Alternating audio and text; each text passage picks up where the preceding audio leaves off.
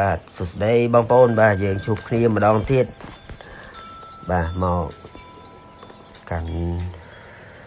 កសិដ្ឋានសុខស្រែរបស់យើងបាទនៅដីលំអែនេះកូនមន់ផុសខ្ញុំវានៅតែរូបព្រោះដោយសារតែបាទគេមកយករួចហើយភ័យក្បាលវាថតកូនមន់បើលេងមើលលេងក៏បាត់ stress ដែរ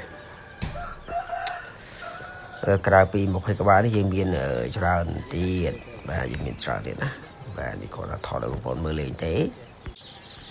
ហើយនេះគឺសម្បុកក្រោយបងប្អូនឃើញនោះវគ្គមុនអាយុ21ថ្ងៃជាងតែនេះទើបតែបានពួកនេះទៅអាយុបានជាង10ថ្ងៃ10ថ្ងៃតាម10ថ្ងៃខ្លះតបាន10ថ្ងៃទេបាទនេះទៅភ្ញាស់បានក្រោយទៀតណានេះទីណាទីកប៉ាយើងមានដូចជា700គ្រាប់ដែរមានទីកប៉ាមានទីកាពីតាមហ្នឹងបាទអញ្ចឹងកូនទារបស់យើងនេះឥឡូវកូនត្រង់កូនមន់របស់យើងបានប៉ុណ្្នឹងហើយបាទនេះសម្រាប់កូនក្រួចណាក្រួចយើងមានស្តុកនេះកូនក្រួចមកក្រោយចូល100ដែរ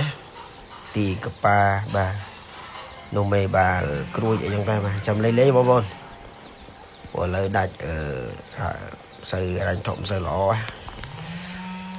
ចឹងយើងមាននៅផ្ទះខ្លះទៅក៏វាក្រាន់ដែរណាបងដោះដូរបាននៅលក់ដូរក៏បានដោះស្រាយបញ្ហាធ្វើម្ហូបធ្វើអីមានថាហូបចុកអីខ្លួនយើងខ្លះដែរបាទអរគុណច្រើន